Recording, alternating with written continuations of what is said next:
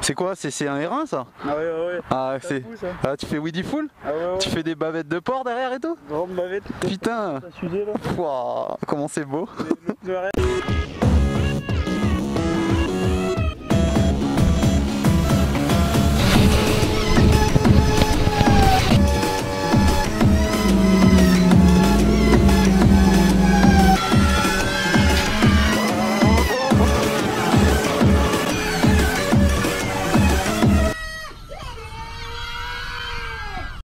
Oh, allez, salut tout le monde. Bon, comment ça roule? Ah, super journée, on est bon. Je suis avec le petit Théo et aujourd'hui on va faire un tuto virage.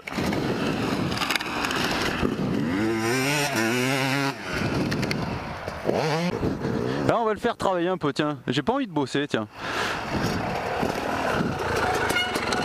Bonjour Théo. Salut. Il est beau ton 2,5. Bon voilà, on va faire la décomposition en 3 parties, mais je vais laisser Théo donner ses explications. Bon la première partie c'est l'arrivée d'un virage, donc le freinage.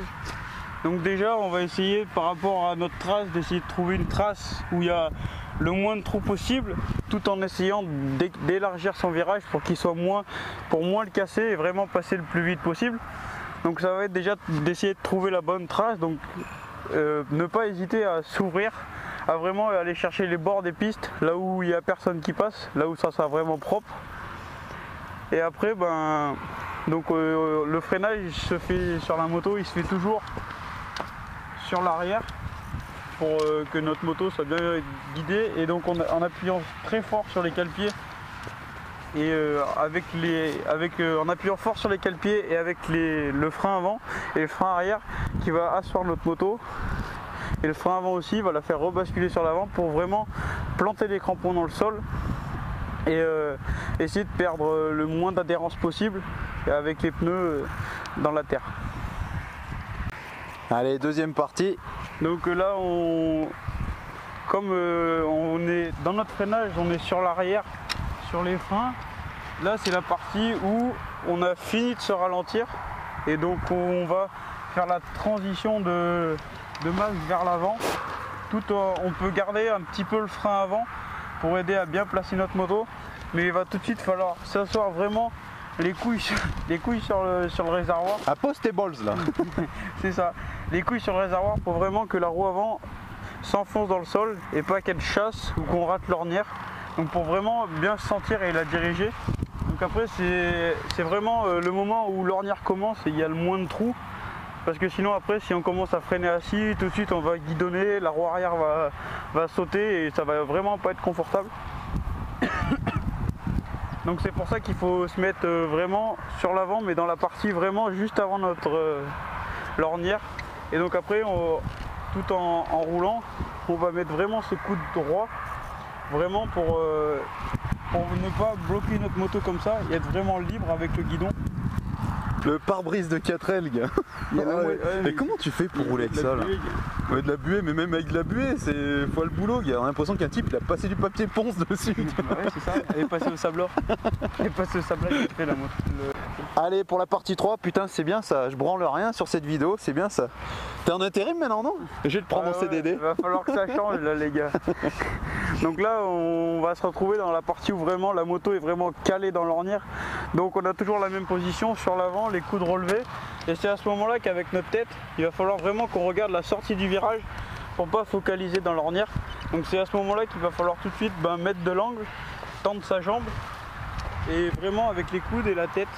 Et après en accélérant avec un filet de gaz. Après il faut arriver dans cette partie en étant assis comme on l'a dit avant, mais vraiment là il faut lâcher les freins parce que après si ça va faire des trous, ça va faire une ornière vraiment pas propre. Donc c'est là qu'il faut lâcher les freins et après avec un filet de gaz, toujours les coudes bien relevés et le filet de gaz qui fait que après ça va passer. Après il faut bien penser surtout au regard, à regarder loin devant et pas regarder le début de l'ornière et regarder vraiment loin. Vas-y, fort avec les coudes, ça donne de derrière. Vas-y, fais la mauvaise position et fais la bonne. Ah là, il n'y a pas photo, hein. Ouais, il faut pas monter. Ah, voilà. Tu fais bien la libellule, gars. T'arrives au freinage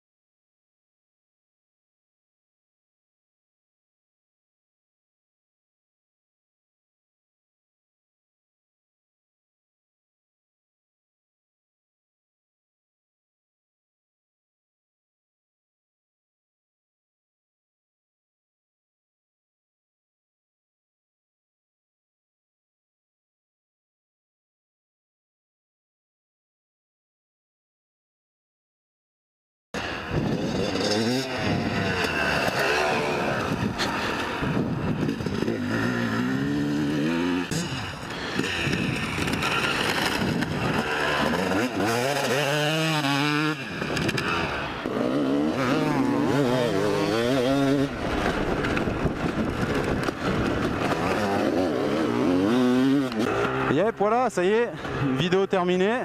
Bon, j'espère que ce petit tuto là, assez rapide, mais vraiment bien expliqué par Théo. D'ailleurs, merci bien à lui. Je te fais une bise, mon copain. Il aura bien géré. Donc voilà, j'espère que ça aura plu. Donc commentez, hein, balancez des pouces, commentez. Et bon, si ça plaît, on continuera à faire d'autres choses, quoi. On pourra faire d'autres styles de virages. On pourra faire des phases de freinage, machin. Il y a plein de choses à voir. Donc voilà, j'ai proposé ça en plus de tout le reste. Donc voilà. Donc partagez aussi ma vidéo, hein. Faites tourner, abonnez-vous. Faut qu'on les détrône, là, les Ken Stunt machin, tous ces gus là, faut les détrôner parce que je rage moi franchement. Allez, c'est parti. Oh putain Théo. Oh merci Théo pour les traces, je t'aime.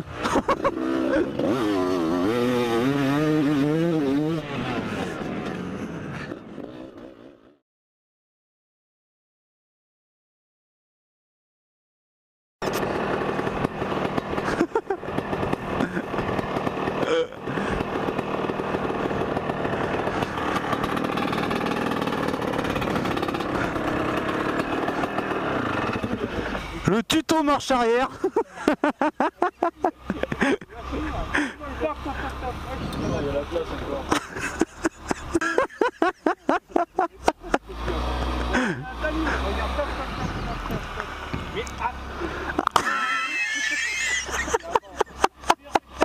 Avance. T'es pas dans ta vie là.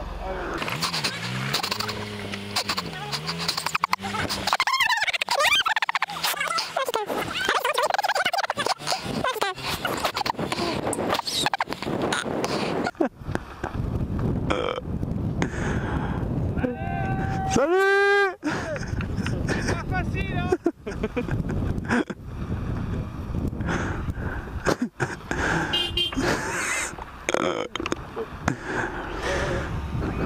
C'est toi Horace Arion qui avait le KTM là, non? C'est toi? Je crois bien que c'est toi. Ouais. Je suis fan de Woody Pool. Ah, sérieux? Ah, pas moi. Bah, ça toute. Bonne fin d'après-midi. Ouais, t'inquiète. Ouais, grave. Plus tard? Ouais. Rentrez bien? Pas de soucis, toi aussi. Allez, bise. Pas mal, hein. Ouais, on va essayer, ouais. Se ranger les genoux dans le cul.